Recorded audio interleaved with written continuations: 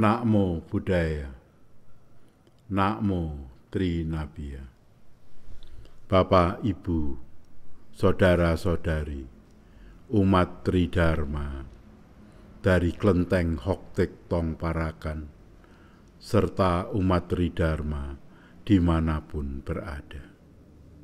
Beberapa hari yang lalu, Saudara Robert Lim menghadap saya dalam kapasitasnya selaku Ketua 2 Yayasan Tempat Ibadat Tridharma Dharmanugraha Parakan ini. Beliau mengusulkan bahwa untuk diadakan kebaktian tatap muka yang membahas soal Konghucu, karena masa pandemi ini belum berakhir dan untuk Kabupaten Temanggung masih zona oranye sehingga belum dapat kita laksanakan. Untuk hal itu saya mohon maaf kepada umat yang ingin diadakannya kebaktian tatap muka. Untuk sekedar memenuhi permintaan itu, pada saat ini saya akan membawakan suatu judul Agama Konghucu dari Masa ke Masa. Beberapa hari yang lalu, saya mendapat kiriman dari seorang teman yang kebetulan saat ini menjadi rektor di Universitas Ciputra, Surabaya. Di Universitas Ciputra itu baru saja mengadakan suatu webinar mengenal agama Konghucu dengan 2 narasumber, yaitu satu adalah Ibu Lani Guito, Ketua Bidang Pendidikan Pengurus Matakin Pusat di Jakarta, dan yang satu Ibu Evi, dosen Universitas Gadjah Mada dalam bidang filsafat Timur Jauh. Dari pembicaraan 2 narasumber serta tanya jawab dari peserta mahasiswa-mahasiswa Universitas Ciputra tersebut, maka saya ingin menyampaikan sejarah perkembangan agama Konghucu di Indonesia. Seperti kita ketahui semua, agama Konghucu dibawa oleh para leluhur kita yang merupakan imigran dari Tiongkok. Namun, para leluhur kita dari Tiongkok itu sebetulnya sebagian besar adalah terdiri dari masyarakat-masyarakat bawah, rakyat jelata yang tidak terdidik, bahkan ada yang buta huruf. Walaupun ada yang berpendidikan, hanya beberapa gelintir. Mereka datang ke sini, mereka bekerja dengan sangat keras, hidup dengan hemat, maka dalam waktu relatif singkat mereka bisa meraih kekayaan yang memadai. Setelah mereka jaya, berlimpah harta, mereka ingin mendirikan suatu kelenteng untuk memenuhi kebutuhan spiritual mereka dan tempat mereka berkumpul dan berinteraksi. Pada saat mereka di Tiongkok sebagai rakyat jelata, mereka hanya bisa menyaksikan para pejabat yang bersembahyang. Jadi di Tiongkok kala itu, yang boleh sembahyang kehadirat Dian hanyalah kaisar. Di depan istana di Beijing didirikan Diantan, suatu kelenteng khusus untuk memuja Tuhan Yang Maha Esa. Hanya para pejabat tinggi, para kaisar, para raja muda, para bupati, para wali kota, para gubernur yang bisa bersembahyang. Upacara sembahyang rakyat jelata hanya diselenggarakan di rumah dengan sangat sederhana, karena memang kehidupan rakyat jelata di sana rata-rata sangat terbatas dalam bidang ekonomi. Setelah sampai di sini, mendirikan kelenteng yang cukup megah, memanggil para pemahat dari Tiongkok, dan mereka berlomba-lomba menyelenggarakan upacara sembahyang serupa dengan para pejabat di sana. Mereka sama sekali tidak menguasai, tidak mengetahui akan ajarannya. Mereka hanya tahu ritual. Nah, dengan kekurangan pengetahuan tersebut, sehingga yang berkembang di Nusantara ini adalah kelenteng-kelenteng yang merupakan agama rakyat. Mereka hanya bersembahyang untuk minta berkah, untuk mohon keselamatan, untuk mohon keharmonisan, dan lain-lain sebagainya. Sehingga ucapan yang sangat sederhana yang mereka panjatkan biasanya Kikyu Hapkai Peng'an. Itulah yang dimohonkan supaya hidupnya harmonis dan selamat. Bagaimanakah dengan perkembangan pendidikan yang ada di Nusantara saat itu di bawah penjajahan Belanda? Didirikanlah sekolah Tionghoa Huekuan untuk memenuhi pendidikan anak-anak para perantau Tiongkok itu di sini. Mulai pada 1900 Masehi pertama kali didirikan di Batavia. Selang berjalannya waktu, ada seorang pelarian politik dari Tiongkok yang bernama Gang Yu-hui ke Indonesia.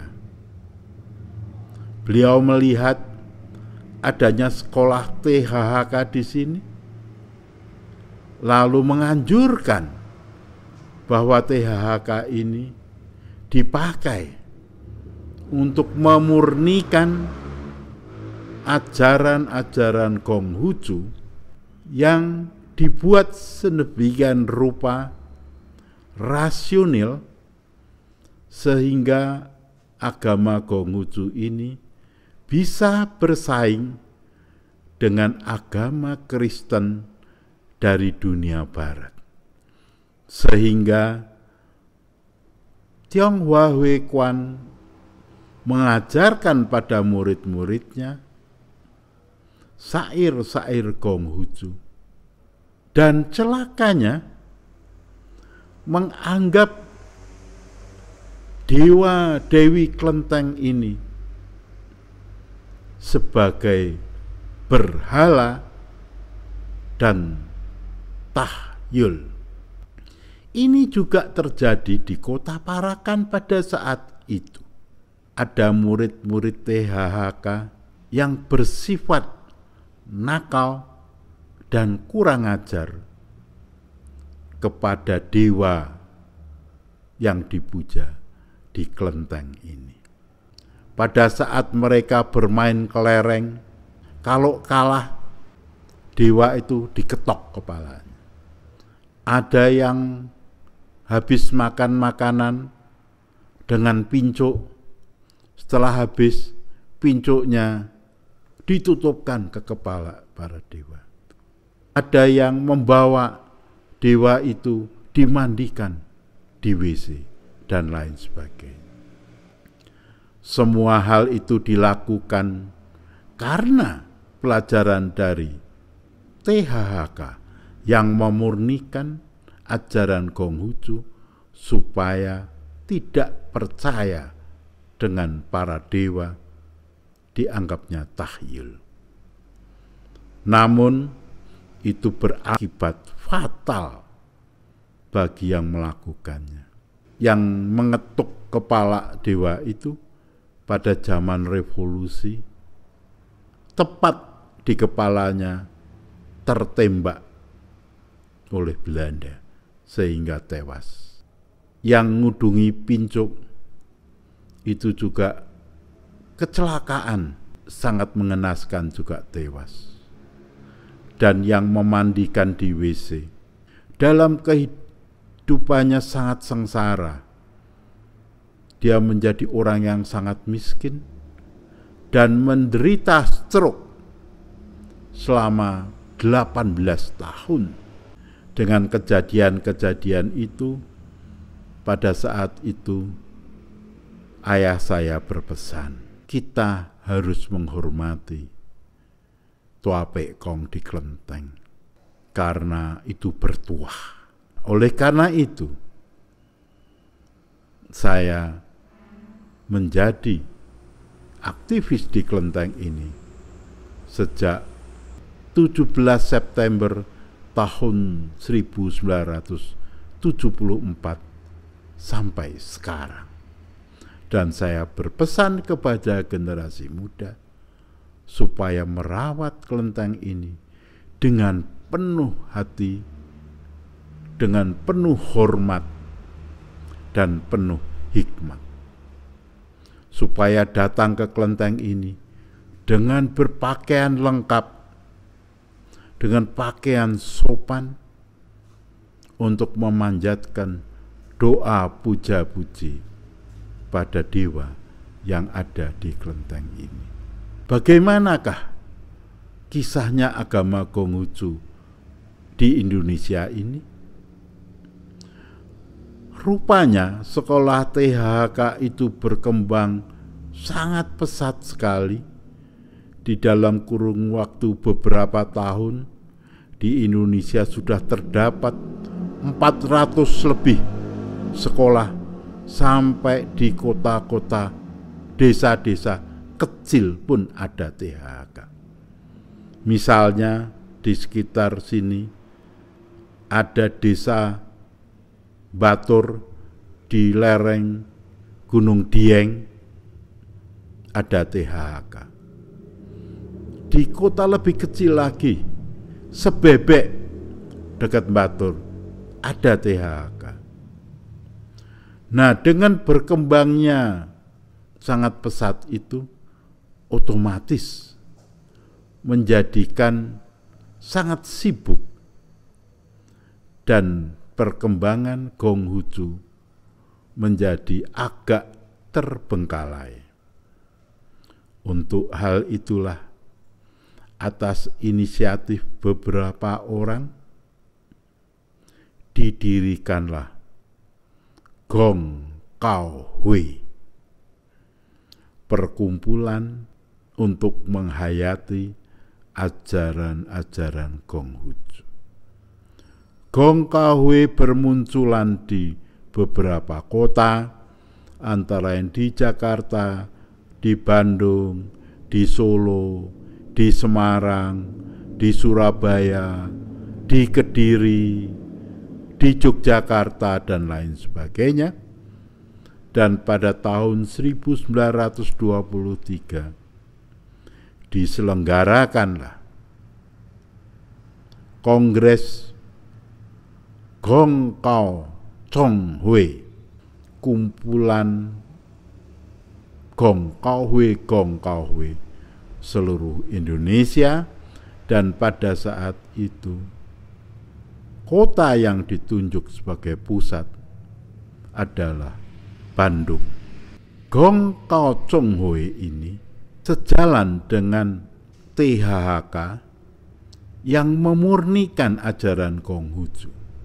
Kebetulan tokoh-tokoh pendiri dari Gong Kauhwe berlatar belakang pendidikan Belanda. Misalnya seperti Lim Kim Hock, Pao Kiu An, Chan Gun Sui, dan lain sebagainya. Mereka mengambil sumber pelajaran Konghucu dari literatur barat, dan mereka pada saat itu melihat bahwa di dunia barat lebih maju karena rasional. Maka mereka memakai kacamata agama-agama Abraham, yaitu Kristen, Katolik maupun Islam, untuk membuat Gong Kauhwe itu seperti demikian supaya bisa maju. Didirikannya Lidang. Lidang adalah suatu ruangan untuk mempelajari tata susila yang tidak lain adalah ajarannya Konghucu. Kebaktian-kebaktian diselenggarakan sebagaimana layaknya gereja. Bangunan-bangunan rohani itu terus berkembang sampai Indonesia merdeka. Kemudian Gong Kao Chong Hwe ini pada tahun 1954 dalam kongresnya berubah menjadi Majelis Tinggi Agama Konghucu Indonesia atau MATAKIN.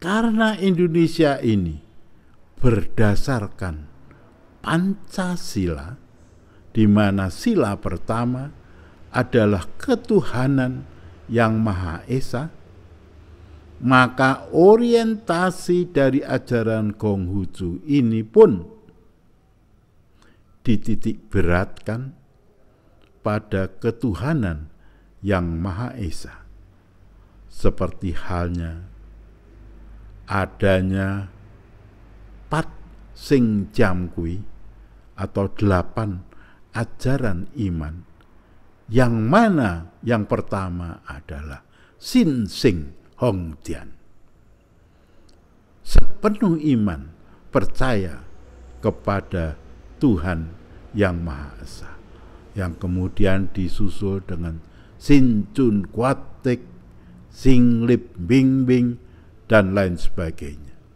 Perjalanan agama Konghucu ini, yang mana harus ada rohaniwannya, maka dibentuklah tingkat-tingkat rohaniwan. Ada Kaosing, ada Mbunsu, ada Haksu. Kemudian ada salam yang dipakai, Witek Tongdian, dengan dijawab Hamyu Itek.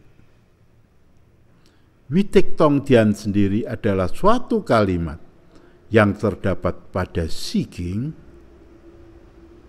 dan Hamyu Itek terdapat pada kalimat pada kitab Mingchu. Dengan bangunan-bangunan inilah maka Konghucu diakui sebagai salah satu agama yang dipeluk oleh masyarakat di Indonesia.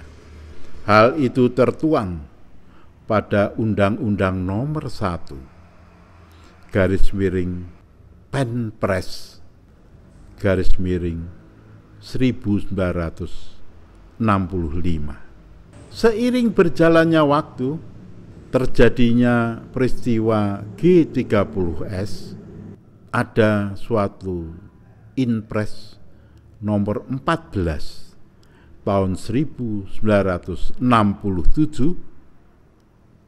yang membatasi ruang gerak agama, adat istiadat, dan budaya Cina yang hanya diperkenankan, dirayakan, diadakan dalam ruang lingkup keluarga. Namun, sesungguhnya Matakin masih tetap berjalan seperti biasa, bahkan di dalam Kongres keempat pada tahun 1969, Presiden Soeharto berkenan memberikan kata sambutan tertulis yang dibacakan oleh aspri Presiden yang bernama Mayor Jenderal Sujono Humardani. Kemudian dalam berjalannya waktu sampai tahun 1979 mau ngadakan kongres yang kelima di Solo. Semua utusan sudah sampai Solo, izinnya tidak keluar. Jadi di dalam kurun 10 tahun ini terjadi tarik-menarik antara BKMC Bakin dan Departemen Agama tentang keabsahan agama Konghucu sebagai agama. BKMC Bakin merasa apabila Konghucu diperkenankan terus, ini menghambat proses asimilasi warga keturunan Cina ke dalam masyarakat Indonesia.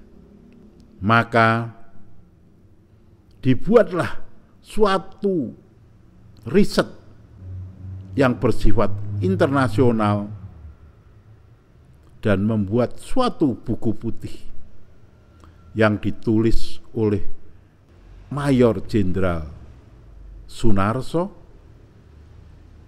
yang mengatakan bahwa di dunia internasional Konghucu dianggap setara dengan filsafat.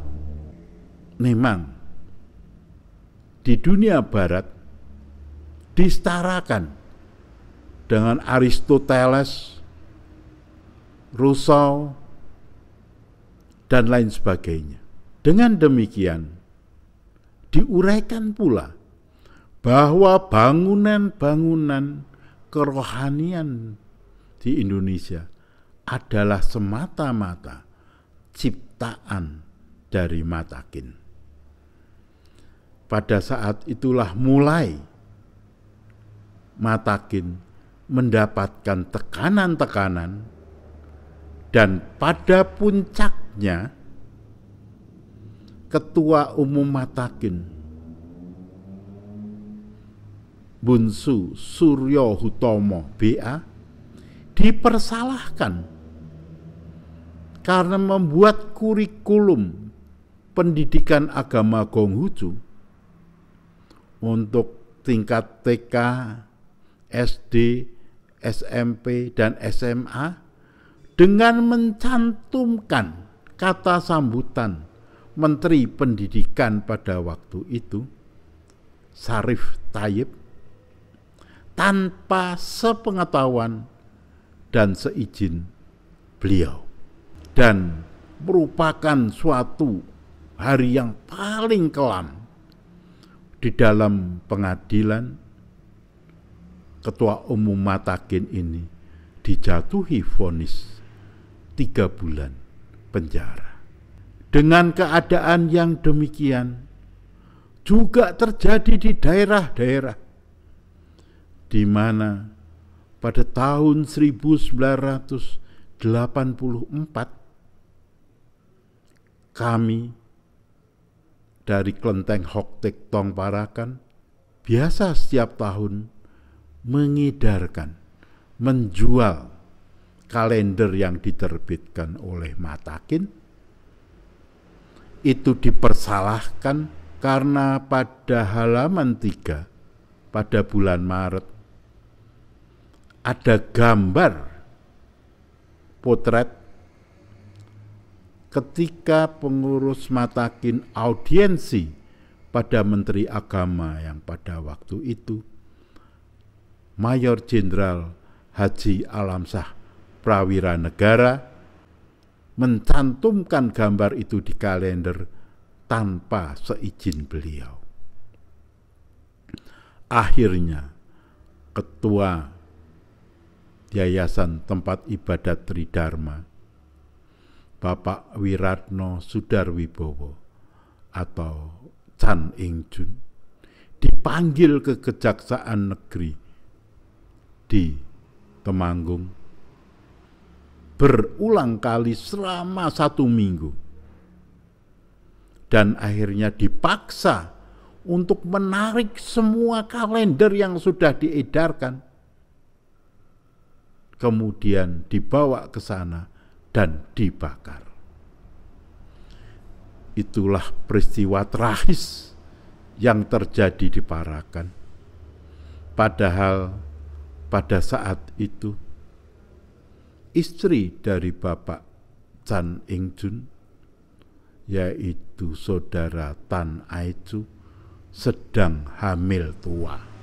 Hal inilah yang mengakibatkan kita sekelompok pengurus di Klenteng Hoktek Tong Parakan ini mencari tahu apa sesungguhnya keinginan pemerintah.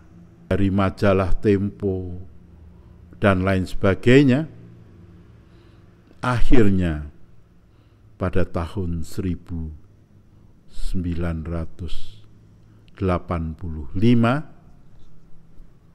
kita memutuskan dengan bulat kita untuk masuk Tridharma sebagai payung hukum semua kegiatan kita, walaupun setiap bulan masih ada kebaktian Konghucu yang diisi pengkhotbah-pengkhotbah dari Matakin. Hal ini terjadi bertahun-tahun sampai suatu saat pengkhotbah yang favorit di sini yaitu Bunsu Suryo Bawono atau Ciu Hianguan yang terkenal dengan Pak Ciu menderita sakit stroke. Sejak itulah kebaktian Konghucu di Parakan ini tidak diselenggarakan. Walaupun secara insidental pernah Bunsu Aji Chandra kita undang, pernah juga Haksu Kim Gyok Nyo dari Tegal kita undang, tapi tidak rutin seperti dulu. Setiap 1 bulan sekali ada pengkhotbah Konghucu. Semoga setelah pandemi corona ini bisa kita menyelenggarakan kembali khotbah-khotbah Konghucu. Karena dengan adanya Kepres nomor 6 tahun 2000, Presiden Abdurrahman Wahid mencabut Inpres 14, kemudian menyatakan Tahun Baru Imlek sebagai hari libur fakultatif yang kemudian disusul dengan Presiden Ibu Megawati Soekarno Putri yang menetapkan Tahun Baru Imlek sebagai hari libur nasional. Sesungguhnya pada tahun 1946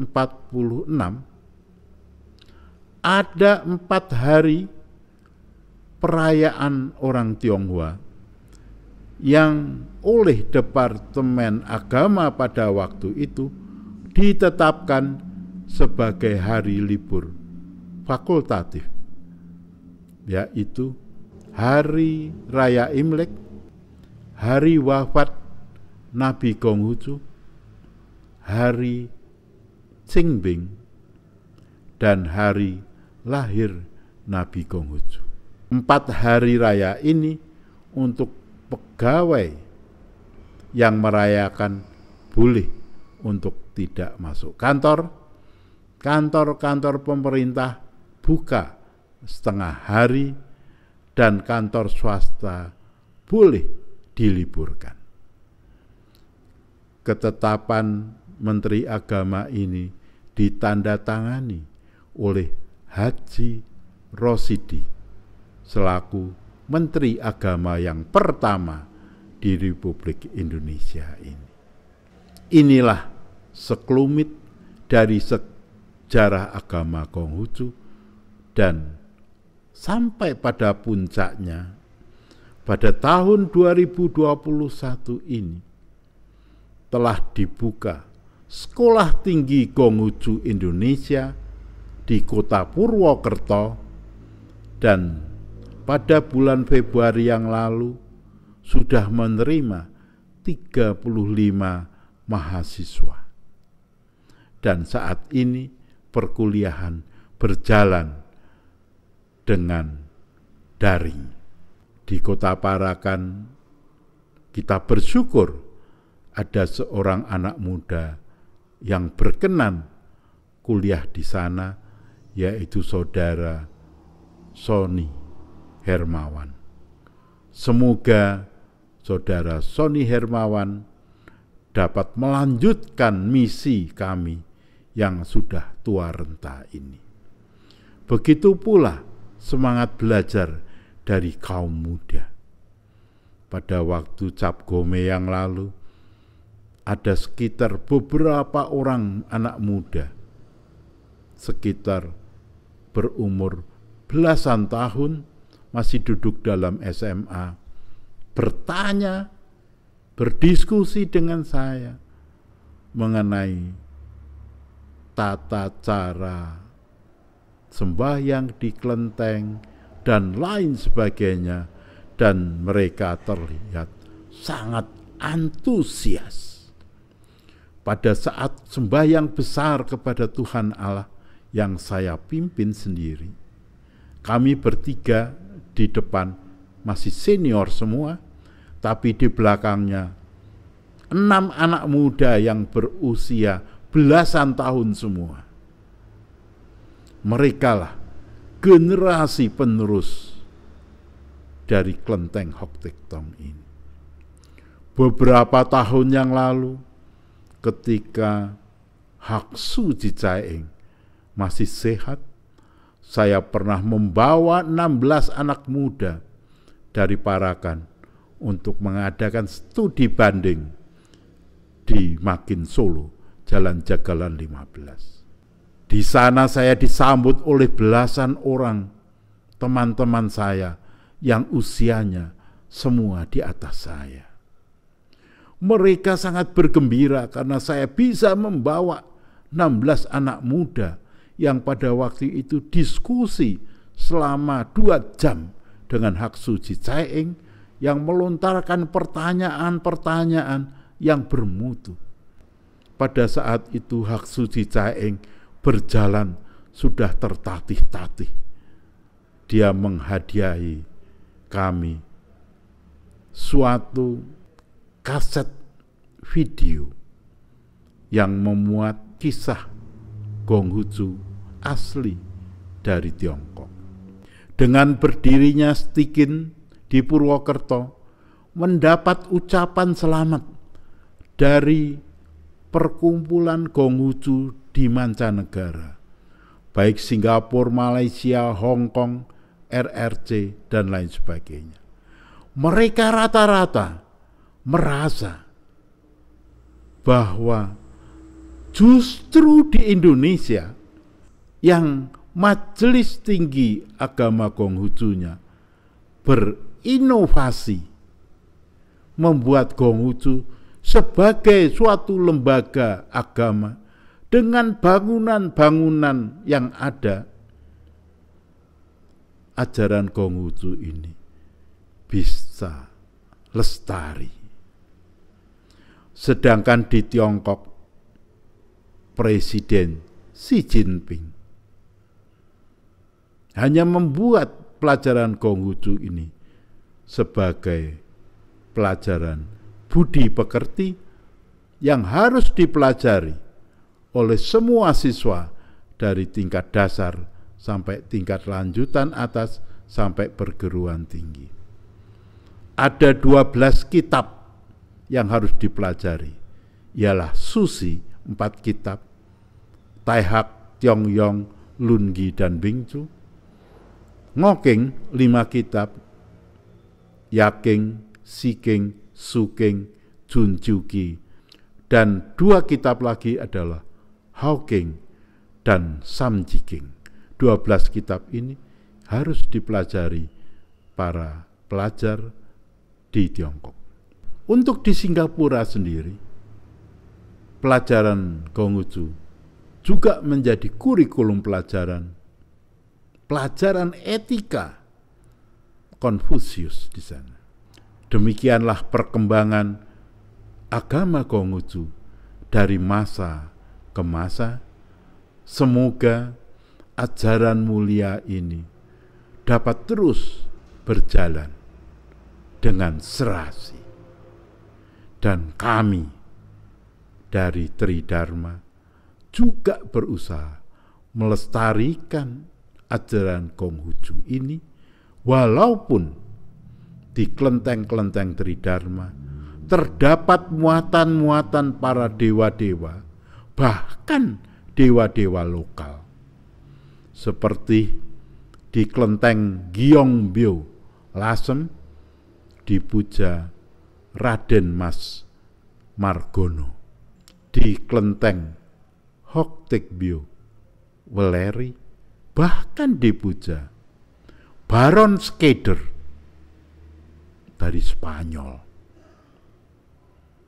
Di kelenteng Gunung Kawi dipuja Mbah Jugo.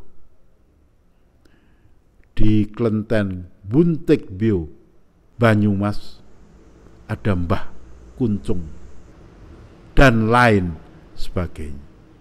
Akan tetapi untuk pelajaran moralnya, kita tetap menghargai pelajaran Konghucu sebagai salah satu pelajaran moral yang ada di Tridharma, di samping pelajaran agama Buddha dan pelajaran agama Tao. Demikianlah uraian saya akhiri. Apabila ada tutur kata saya yang kurang berkenan, harap dapat dimaafkan. Sabe Sata Bawantu Sukitata. Semoga semua makhluk hidup berbahagia. Sadu, sadu, sadu.